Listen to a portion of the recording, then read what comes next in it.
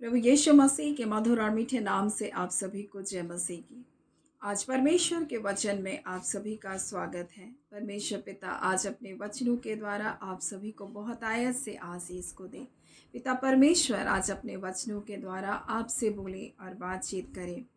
हम परमेश्वर के वचन से जिस बात को सीख रहे हैं वो है पहला थिस्सलुनीकियों 3 अध्याय और उसके अंतिम भाग में हम पहुँचे हैं। और हम आज जिस बात को सीखने जा रहे हैं वो दो और प्रार्थना विषय है जो हम अपने लिए और अपने प्रियजनों के लिए हम कर सकते हैं, और इन प्रार्थनाओं का परमेश्वर निश्चय करके जवाब भी देगा। पहली बात जो हमने परमेश्वर के वचन से सीखा वो है कि हम परमेश्वर के सामने स्पष्ट हो। हमारी प्रार्थनाएं बिल्कुल स्पष्ट होनी चाहिए और प्रार्थना में हमें परमेश्वर से मांगना चाहिए। परमेश्वर बाधाओं को हटाएं, परमेश्वर मार्गदर्शन को करें। मेरे प्रियो, कई बार बहुत सारे लोग जो आज पापों में बंधनों में बंधे हैं, कई बार आप उनके जीवन को देखते हैं तो ऐसा लगता है क्यों ऐसा व्यवहार करें, क्योंकि निश्चय करके वो कहीं ना कहीं बंधनों में पड़े हैं। इसीलिए वो उन व्यसनों से निकल नहीं पा रहे हैं। वो अपने से प्रयास करके कभी भी नहीं निकल सकते हैं। आपको उनकी सहायता करनी होगी। आप कैसे सहायता कर सकते हैं? आप प्रार्थना के द्वारा उनकी सहायता कर सकते हैं। जब आप उनके लिए प्रार्थना करेंगे, परमेश्वर आप उनके जीवन के बंधनों को तोड़ें, आप उनका मार्गदर्शन करें, आप हर बाधाओं को हटाएं। ऐसा जब हम प्रार्थना करेंगे, वो लोग जो आज भटके हैं, परमेश्वर से दूर हैं, परमेश्वर के निकट आएंगे।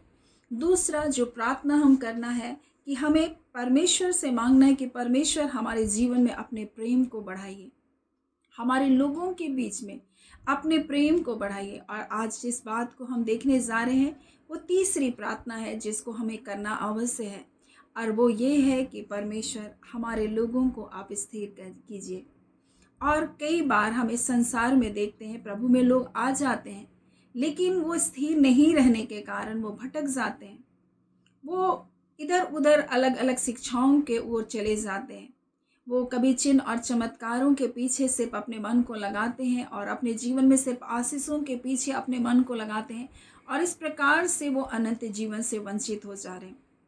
मेरे प्रियो, लेकिन हमें ऐसे लोगों के लिए और स्वयं के लिए भी हमें प्रार्थना करना जरूरी है कि प्रभु हमें स्थिर रखें, अपने वचनों में, अपनी प्रतिज्ञाओं में और उसके विश्वास में हमको स्थिर रखें, ताकि हम अंत तक धीरज को धरें और वो इनाम जो परमेश्वर ने हमारे रखा हम उसे प्राप्त कर सकें।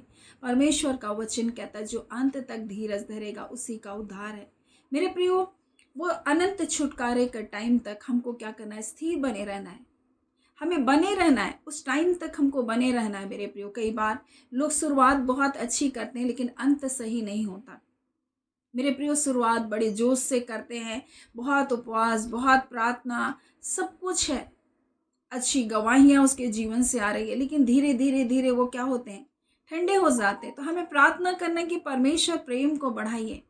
और तीसरी प्रार्थना हमें करना है, परमेश्वर हमारे लोगों को स्थिर कीजिए। और इसी बात को पौलुस प्रेरित यहाँ अपनी प्रार्थनाओं में करता है। और जब हम इसको पहला थिस्सलुनीकियों 3 अध्याय और उसके 13 को जब पढ़ते हैं तो इस प्रकार से लिखा है, ताकि वह तुम्हारे मनों को ऐसा स्थिर करे कि जब हमारा प्रभु यीशु मसीह सब पवित्र लोगों के साथ आए तो वे परमेश्वर और पिता के सामने पवित्रता में निर्दोष ठहरे।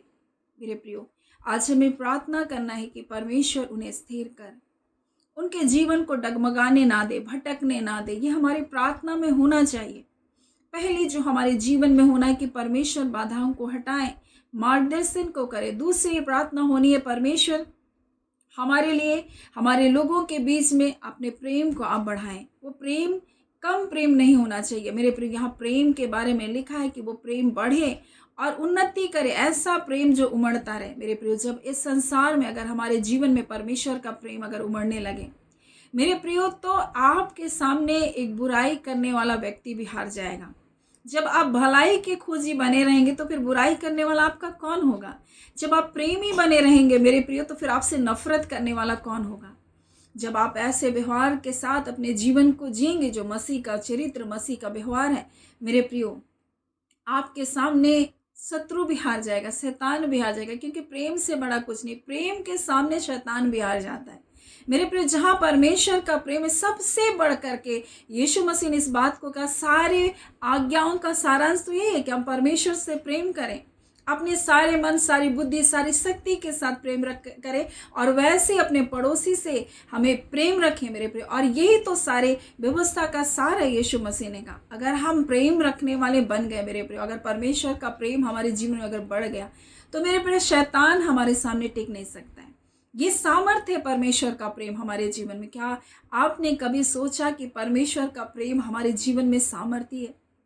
जब हम परमेश्वर के प्रेम से भरे जाते हैं, हमारे जीवन में शत्रु कुछ आक्रमण नहीं कर सकता, कोई बुराई को नहीं लेकर आ सकता, क्योंकि परमेश्वर का जो प्रेम है हमारे अंदर आनंद, मेल, धीरज, सब कुछ को उत्पन्न करता है। और जब ये सब कुछ हमारे जीवन में होता है मेरे प्रिय, शैतान का कोई दांव आपके ऊपर चल ही नहीं सकता, शैतान की कोई युक्ति आपके ऊपर नहीं चल सकती। इसलिए अगर आपको प्रार्थना करना है तो जरूर बोले, परमेश्वर आपका प्रेम मेरे जीवन में, मेरे लोगों के जीवन में बढ़े। और प्रार्थना करना है, परमेश्वर मुझे स्थिर कर, क्योंकि कई बार हम सोचते हैं हम स्थिर हैं, और परमेश्वर का वचन कहता है, जो कोई सोचता है मैं स्थिर हूँ, वो सचेत और चौकस रहे, कहीं ऐसा ना हो गिर पड़े। क्योंकि अगर हम सोचते हैं हम स्थिर हैं और हम इसके लिए अगर सचेत नहीं हैं, तो मेरे प्रिय हम कब गिर जाएंगे हमको पता ही नहीं चलेगा, क्योंकि हम शैतान की युक्तियों से भी अनजान नहीं, उनकी चालों से भी अनजान नहीं। इसलिए हमें प्रार्थना करना है कि परमेश्वर हमको स्थिर कर, हमारे लोगों को स्थिर कर, विश्वास में स्थिर कर, प्रेम में स्थिर कर, आपके वचनों की प्रतिज्ञाओं में स्थिर कर। मेरे प्रिय, आज बहुत सारे लोग अपने जीवन में स्थिर ना रहने के कारण वो डगमगा गए, वचन को थाम करके नहीं रखे, अपने अंगीकार को थाम करके नहीं रखे, और जब परिस्थितियां विपरीत हो गई मेरे प्रिय, तो यीशु का इनकार कर दिए। आज हमें प्रार्थना करना है, परमेश्वर हमें स्थिर कर, हमें हमारे मनों को स्थिर कर परमेश्वर, ताकि हमारा मन आपकी ओर, आपके वचनों की ओर हमारा मन लगे रहने पाए। मेरे प्रिय, जब हम अपने मन को स्थिर नहीं रखते हैं, हम कई गड़बड़ियां करते हैं, कई चुनाव करने में हम गड़बड़ी करते हैं, क्योंकि हम परमेश्वर से दूर हटाकर अपने संसार में जब मन को लगाते हैं, हम संसार की बातों में जब अपने मन को लगाते हैं, तब हम क्या करते हैं, गलत निर्णय को लेने लगते हैं। लेकिन जब हमारा मन परमेश्वर के ऊपर, परमेश्वर के वचनों के ऊपर होता है, तब हम निर्णय भी सही ले पाएंगे मेरे प्रियो। और ये प्रार्थना तो हमारे एक दूसरे के लिए होनी चाहिए कि परमेश्वर स्थिर करे हमारे मनों को, हमारे लोगों के मनों को स्थिर करें। और चौथी प्रार्थना जो बहुत महत्वपूर्ण है, क्योंकि ये हमारा परमेश्वर का स्वभाव है, परमेश्वर का गुण है, हमारा परमेश्वर स्वयं पवित्र है, वो पवित्र परमेश्वर है, वो पवित्रता ही से ही प्रसन्न होता है। देखिए, संसार में हमारे चारों ओर पाप और बुराई है, लेकिन परमेश्वर ने हमें जब चुन करके अपने बेटे यीशु मसीह के लहू से धो के शुद्ध और पवित्र किया, तो हमको पवित्र जीवन को जीना है। हम जब पवित्र बना दिए गए हैं, तो हमें उसी आचरण में, उसी स्वभाव में हमको बढ़ना है, ना कि हमको पीछे मुड़ करके उन्हीं पुराने कामों की ओर चले जाना, उन्हीं पुरानी अभिलाषाओं के अनुसार अपने जीवन को जीना। और यहाँ इसलिए आगे लिखा है कि ताकि वह तुम्हारे मनों को ऐसा स्थिर करे कि जब हमारा प्रभु यीशु मसीह अपने सब पवित्र लोगों के साथ आए, तो वे परमेश्वर और पिता के सामने पवित्रताई में निर्दोष हों, ताकि हम परमेश्वर के सामने निर्दोष पाए जाएं। मेरे प्रिय, आज परमेश्वर अपने वचन के द्वारा हमें बताना चाहता है, क्या हम ऐसा जीवन को जी रहे? हमारा परमेश्वर पवित्रताई से ही प्रसन्न होता है। जब आप पहला पत्रस को पढ़ेंगे और उसके जब आप पहला अध्याय को पढ़ेंगे और उसके आयत, तो यहाँ इस प्रकार से लिखा, पर जैसा तुम्हारा बुलाने वाला पवित्र है, वैसे ही तुम अपने सारे चाल चलन में पवित्र बनो। मेरे प्रियो, आज क्या हमारा चाल चलन पवित्र है? क्या हमारा देखना पवित्र है? मेरे प्रिय, बाहर से हम बहुत अच्छे दिखाई दे सकते हैं, लेकिन हमारी दृष्टिकोण कैसी है?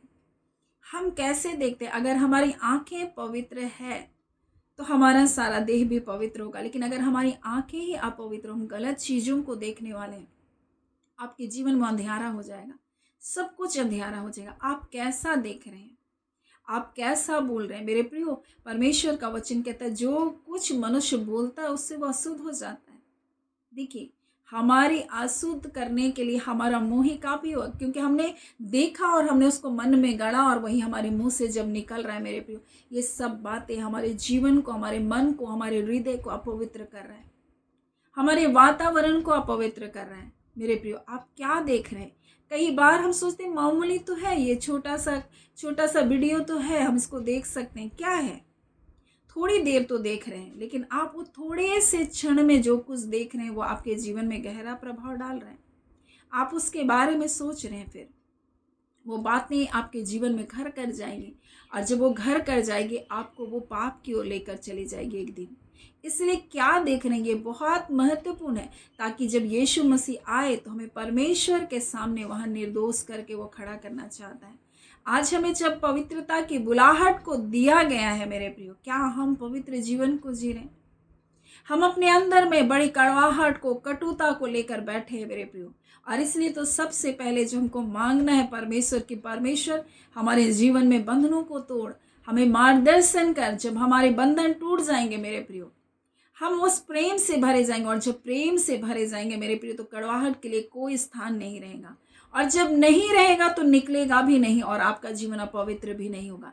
इसलिए इन 4 प्रार्थनाओं का उत्तर परमेश्वर निश्चय करके देता है।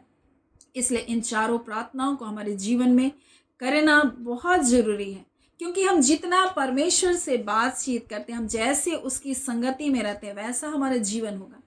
अगर हम संसार के साथ, संसार की संगति में हम अपने जीवन को बिता रहे हैं, हम सोच रहे हैं प्रार्थना करना तो बस एक औपचारिकता, हमको क्यों बैठना, क्यों प्रार्थना करना है, थोड़ी देर तो कर लें, क्या होता है। लेकिन जितना ज़्यादा आप जिसके साथ संगति में रहेंगे उतना आपका जीवन पवित्र बनेगा मेरे प्रियो। परमेश्वर की संगति में बैठना ही आपको पवित्र करेगा। आप उसकी संगति में जितना आप बैठेंगे उतना पवित्र होगा। वैसे संसार में आप जितना बैठेंगे उतना पवित्रता आपके जीवन में आता जाएगा। आप 10 लोगों के साथ, 5 लोगों के साथ, ऐसे लोगों के साथ बैठ जाएं जो बुराई करने वाला, आपका मन दुखी हो जाएगा, आपका मन बोझिल हो जाएगा, आपका मन चिंताओं से, फिर तो आपको इतनी छोटी समस्या भी बहुत बड़ी लगेगी। और मैं अपने बच्चों को कल इस प्रकार से बता रही थी कि जब हम सूरज के सामने होते तो हमारी छाया कहाँ होती है? पीछे होती है। और जब हम सूरज से अपने पीठ को मोड़ लेते हैं तो हमारी छाया कहाँ होती है? बिल्कुल हमारे सामने। बिल्कुल वैसा हमारा परमेश्वर ज्योति है। और जब हम ज्योति की ओर अपने मुख को किए रहते हैं, जब हम प्रार्थना करते हैं उसकी ओर अपने मुख को करके, जब हम परमेश्वर की निकटता में होते हैं, जब हम उसके वचन की निकटता में होते हैं, हमारे जीवन में वो जो अंधकार है, वो जो चिंताएं हैं, वो जो परेशानियां हैं, वो जो निराशा है, हमारे पीठ के पीछे होती है। लेकिन जब हम परमेश्वर से अपने मुख को फेर लेते हैं और संसार की ओर देखते हैं मेरे प्रियो, संसार का सारा अंधेरापन हमारे जीवन में होता है। वैसे ही जब हम संसार के लोगों के साथ बैठते हैं, उठते बैठते हैं, बहुत उनके साथ समय जब व्यतीत करते हैं, वो छोटी समस्या भी आपको बहुत बड़ी लगने लग जाएगी। वो छोटा सा प्रॉब्लम आपके जीवन में ऐसा लगेगा कि मुझको अपना जीवन में ख़त्म कर देना चाहिए। लेकिन वैसे ही जब आप परमेश्वर के निकटता में रहेंगे मेरे प्रिय, आपको बड़ी से बड़ी समस्या आपको लगेगा अरे ये पल भर में ख़त्म हो जाने वाला है, ये कुछ नहीं होगा, क्योंकि परमेश्वर पूरे नियंत्रण में रखा। आपको पता है ये नहीं रहने वाला है, क्योंकि परमेश्वर अपने बच्चों को हारा हुआ जीवन तो नहीं दिया। परमेश्वर के लोगों के लिए हार है ही नहीं मेरे प्रिय। हम ऐसे जीवन को जी रहे हैं जिसके लिए लिख दिया गया है कि हम विजयी हैं। हम विजयी होंगे नहीं बोला गया, हम विजयी हैं। और इसलिए उसका वचन कहता है जो मसीह यीशु में वो जयवंत से बढ़कर है। अगर आप मसीह यीशु में तो आप जयवंत से बढ़कर, हार आपके लिए है ही नहीं मेरे प्रिय। बीमारियां आपके लिए है ही नहीं।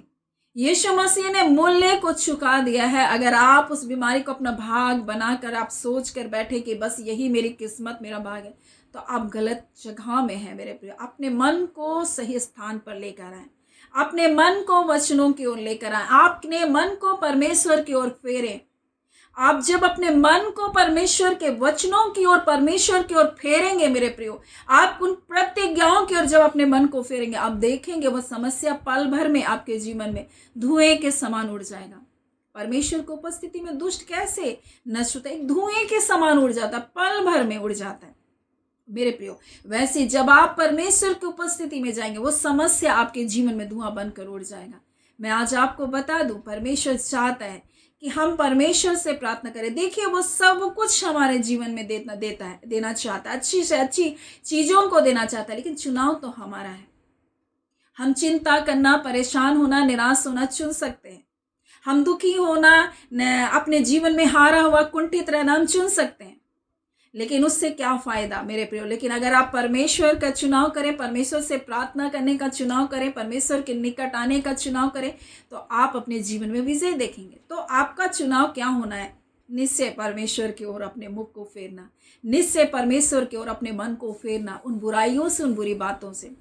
जब आप उसकी ओर अपने मुख को फेरेंगे, आपके जीवन में वो प्रकाश आएगा, और प्रकाश आपके जीवन के हर एक अंधियारे को आपके पीठ के पीछे फेंक देगा। वो आपके सामने और नहीं आ सकता मेरे प्रिय। इसलिए ज्योति में बने रहें।